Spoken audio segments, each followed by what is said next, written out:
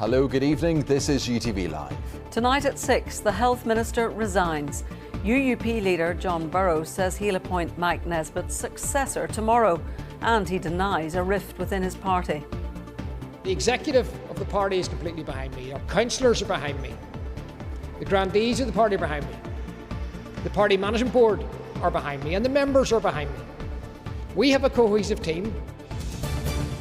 Also ahead, I'll have details of a multi-million-pound investment into the iconic cranes at the Harland and Wolff shipyard. The PSNI launches a campaign urging male victims of domestic abuse to speak out. plus the rest of the day's news and weather, including... Join me here in Strabane as a bid to make this the very first UK town of culture enters the final stages.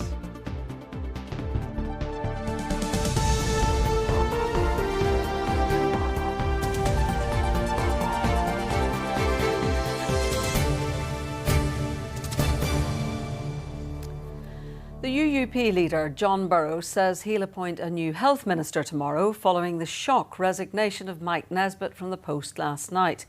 Mr Burrows insists that his party is behind him, despite the row between him and Mike Nesbitt, which has been playing out publicly.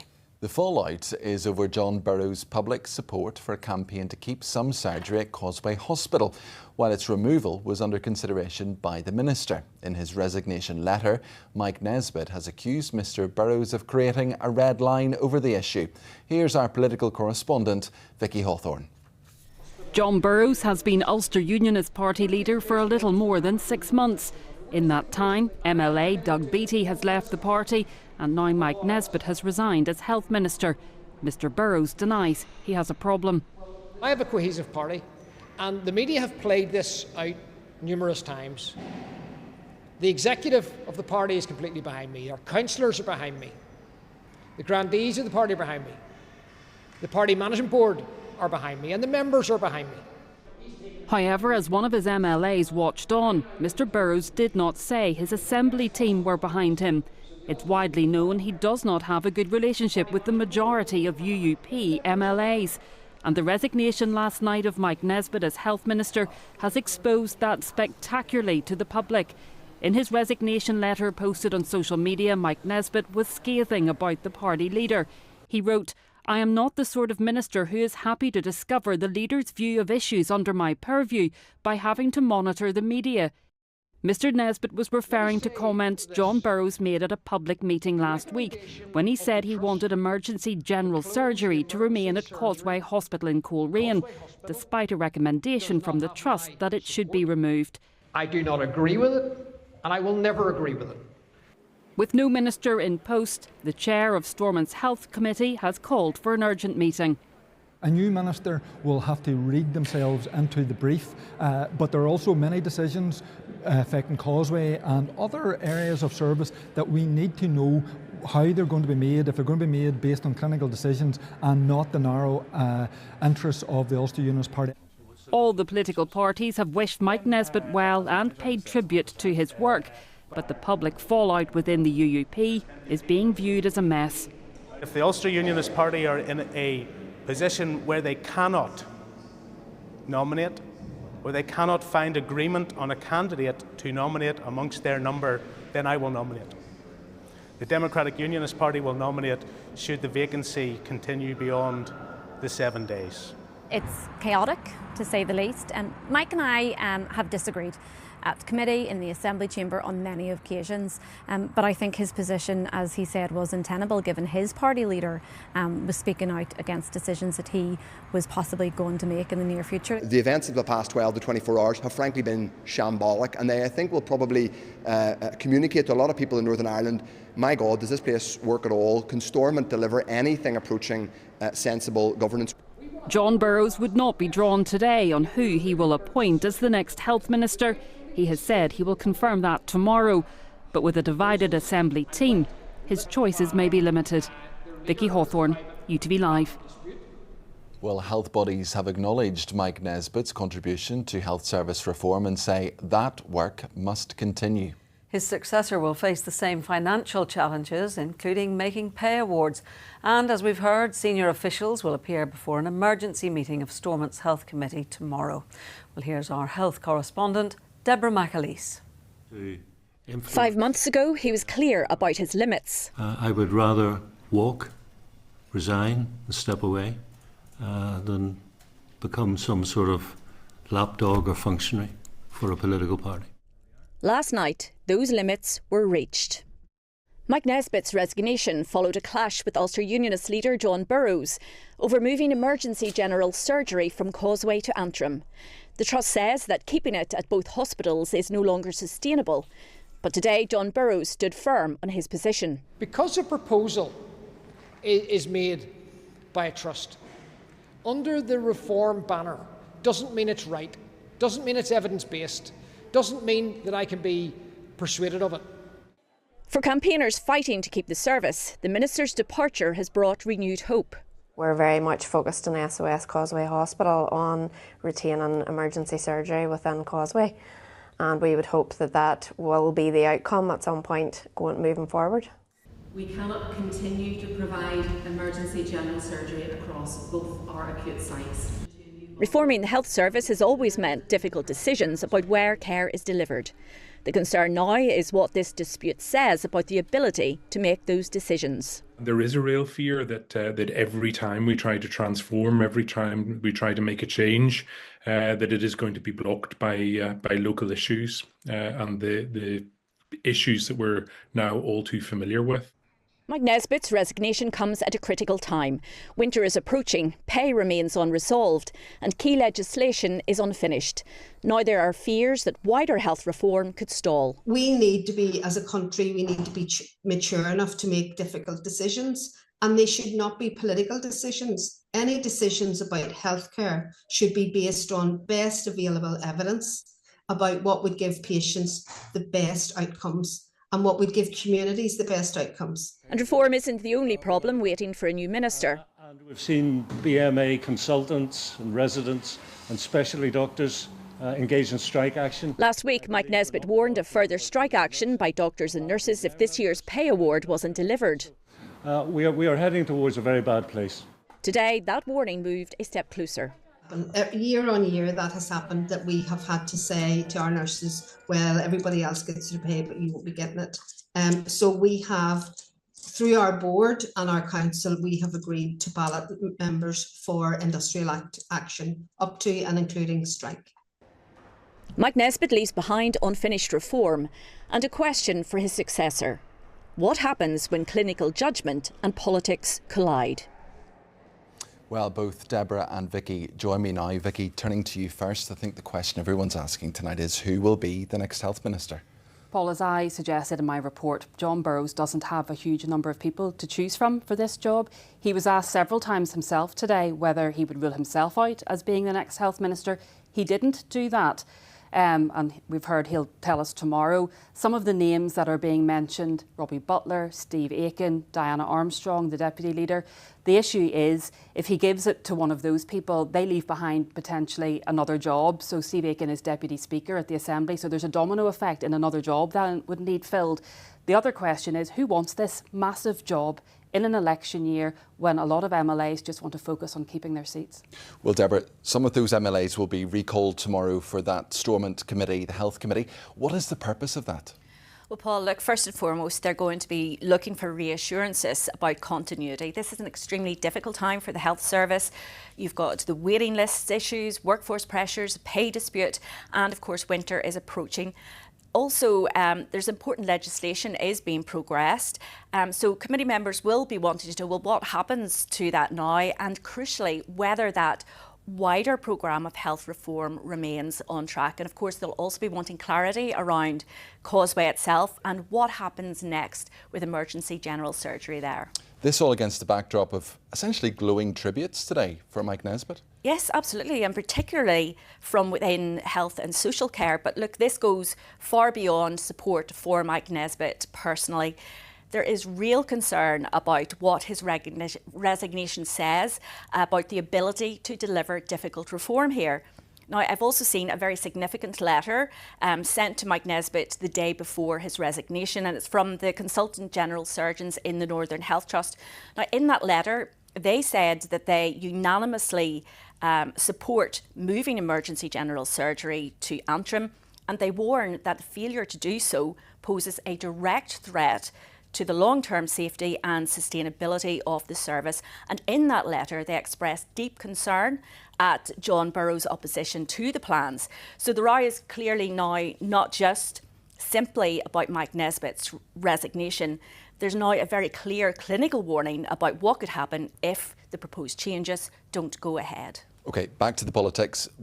Very briefly, Vicky, how damaging has this been for the Ulster Unionist Party? Well, look, as Deborah has said, while Mike Nesbitt and his predecessor, Robin Swan, have gained a lot of respect over the years across the executive for largely keeping politics out of health, that changed this week with what has gone on.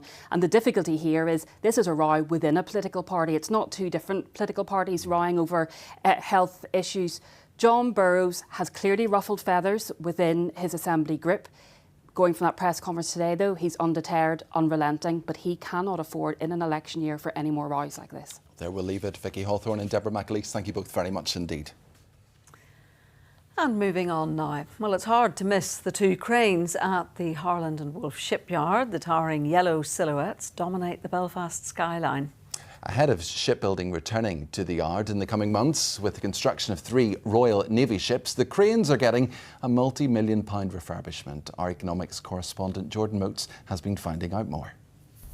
Nothing says Belfast more than these famous cranes, but for the last 20 years or so they've done very little work when it comes to shipbuilding.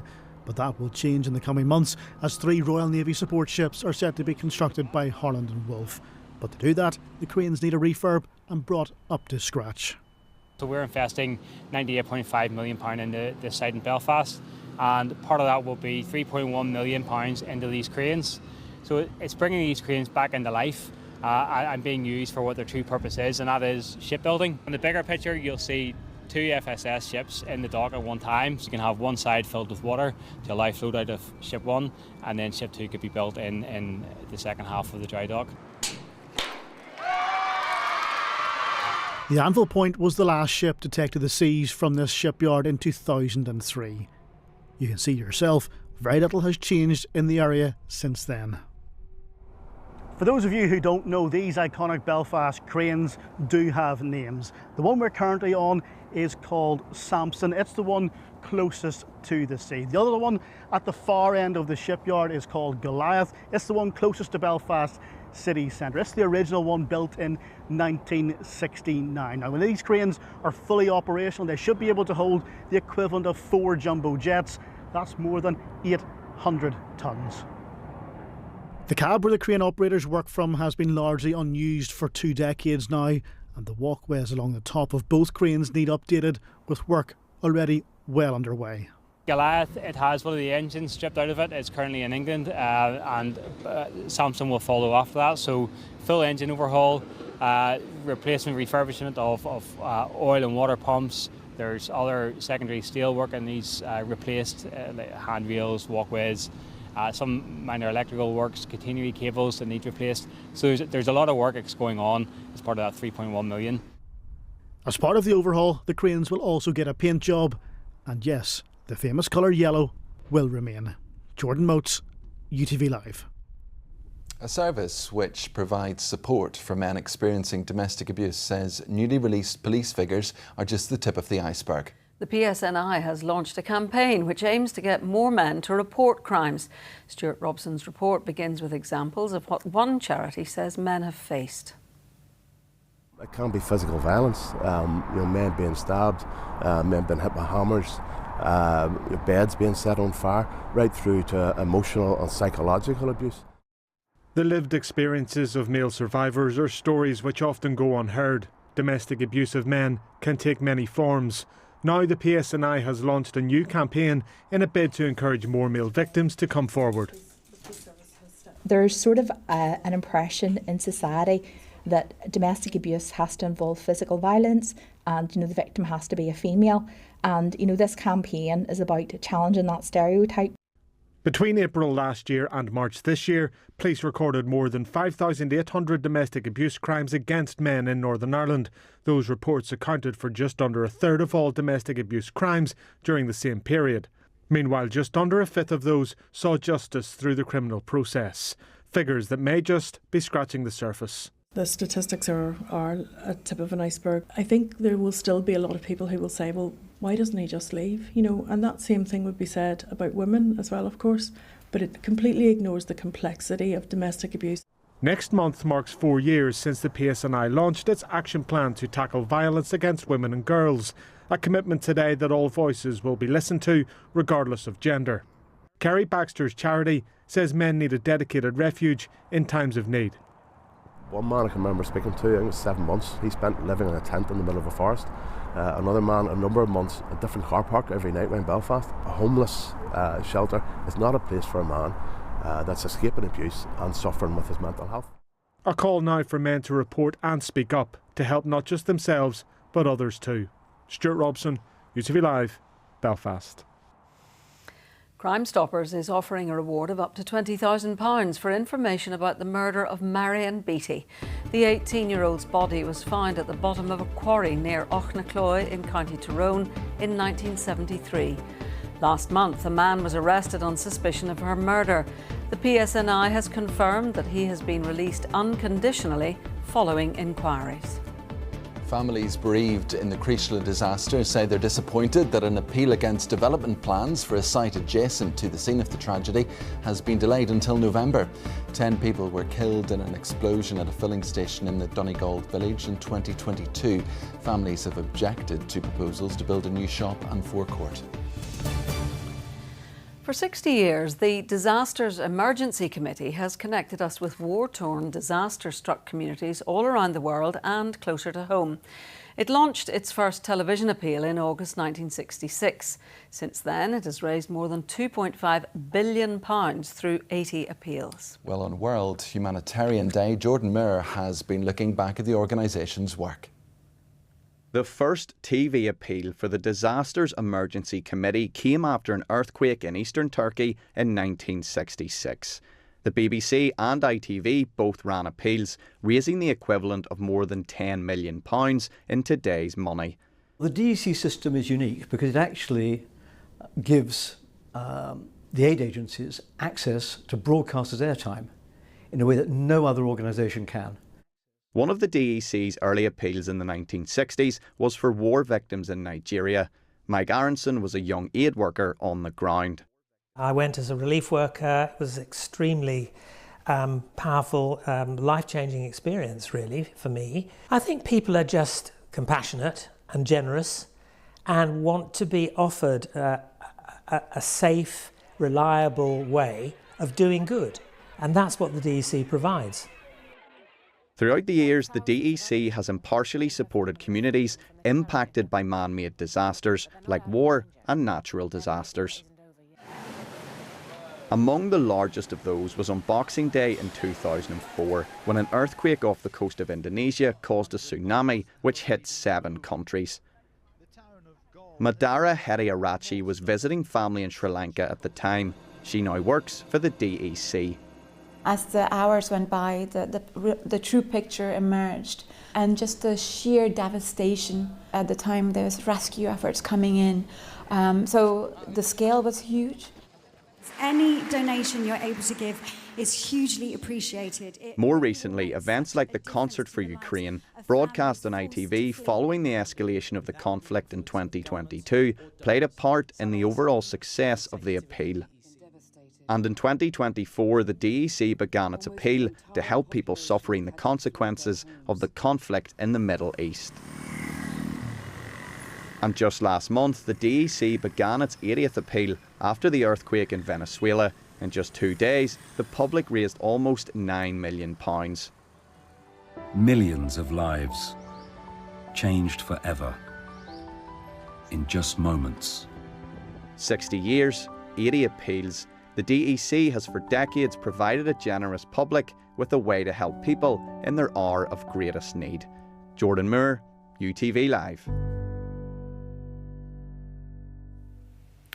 Well, earlier I spoke to the Northern Ireland Director of Tear Fund, Chris Thompson, and I began by asking him how the nature of man-made and natural disasters have changed over the last 60 years. Things are significantly different than they were 60 years ago, and the key is probably around localisation. It's really important that local people, local partners, local colleagues of mine across the world with Tear Fund are involved in supporting those directly impacted by a disaster. So it's not us and them, it's us together. So how is the local-led help changing?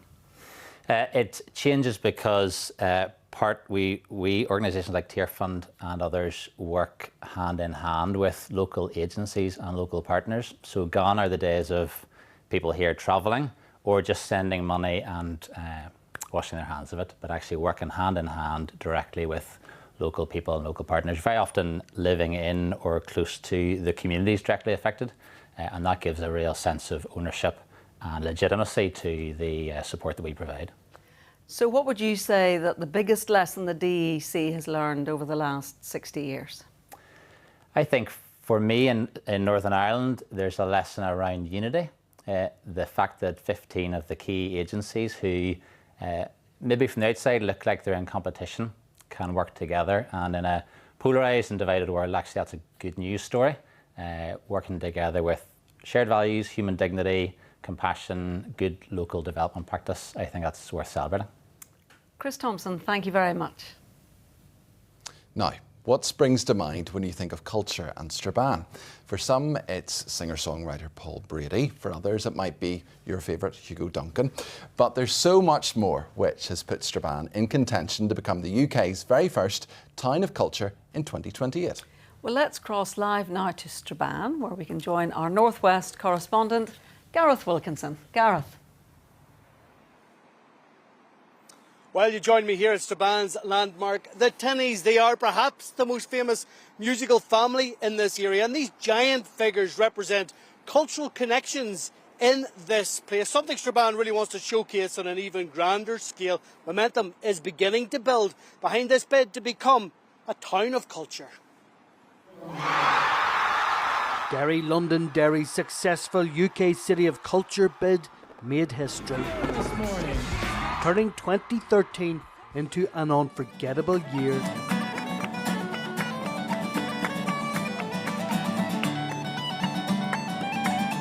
Now, just a few miles down the road, Strabane is tantalisingly close to achieving something similar. Over 400 places applied to become UK Town of Culture. Strabane has made it to the last 15. The music of this area is in Martin Gallen's DNA. He's turned it into his craft, making Ullin pipes played by musicians around the globe. And he's in no doubt Strabane can win this cultural title. We've been putting them up for all the wrong reasons for too long. We're sitting on a gold mine, an absolute gold mine of talent in this town. We have been for a long time. It's time to let everybody else know. Here we are. Strabane is up against towns across England, Scotland and Wales. Competition is stiff. The public are being encouraged to get involved as the bid enters the final stages. We want this to be led by, shaped by and to be owned by the people of Strabane. Tell us what they want in the programme for 2028 and the stories to bring to life. Once one of Northern Ireland's most bombed towns, Strabane has suffered more than most places as a result of the Troubles. Hope is the theme of the bid, and best-selling author Brian McGilloway believes this is a chance to write a new chapter in the history of the town. This now I see as an opportunity for Strabane and for all of, particularly the youth groups in Strabane that have been doing so much for the past 20, 30 years. It's now an opportunity to help them get a platform and to build and to set a legacy for moving forward. Becoming UK Town of Culture really would be something to make a song and dance about.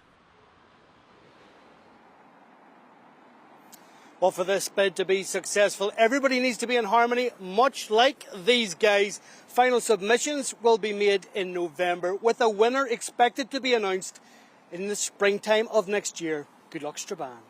Indeed, Gareth Wilkinson live for us in Strabane this evening. Thank you very much indeed. Well, let's have a look at the weather now. Yes, Ross Hutchinson has all the details. Bringing the warm sunshine outside, inside. UTV weather.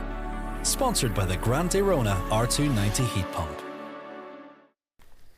Hello, good evening. Now we have seen some heavy showers dotted around today, some rumbles of thunder in the mix. A warning in place for those until we get to midnight. Could see as much as 20 to 30 millimetres of rainfall over just a few hours. The showers though are easing, even though there are some dotted around tomorrow. We get some decent sunny spells, although it's generally staying unsettled as we head through the next few days. Low pressure still firmly in control of the weather. So it brought the showers today, sometimes merging together, forming longer spells of rain. It's pulling away, moving its way further east. We're opening up this flow from the north through tomorrow into Friday. There's a fresher feel, temperatures dropping by a few degrees, but then just in time for the weekend, calmer high pressure is starting to build from the west. It is looking drier and brighter for Saturday and Sunday. Back to the rest of this evening and overnight, you can see a fair few showers around, the brighter echoes there showing those heavier downpours. As we make our way into the early hours, we're seeing those winds switch to a northerly direction, pushing some of those heavier showers further south as temperatures generally hold up at around 12 or 13 degrees with all this cloud coming and going. So into tomorrow morning, still a fair few showers dotted around. Again, some of these on the sharper side. They move through quite quickly, not as frequent as we've seen today. And we're seeing those brighter breaks and sunny spells developing. But with the breezes coming down from the north, temperatures a little bit lower than we've had over recent days. Low even for the time of year, 16 or 17 degrees. Looking a little bit further afield, those heavier showers have moved their way a bit further south. Again, we could see a few rumbles of thunder. Hottest temperatures towards the south as well, just about reaching 19, maybe 20 degrees. As we head into the weekend, looking drier, brighter, temperatures generally holding up in the high teens. UTV weather, sponsored by the Grande Rona R290 heat pump. Well, that's the latest this Wednesday. Jordan Moore will be here with your late bulletin at 10:30. That's followed by Lifetimes at 10:45. In this episode, Alison Fleming is joined by rock legend Eric Bell. The ITV News is next. So from Paul and me and everyone working here at UTV, have a very good evening. Good evening.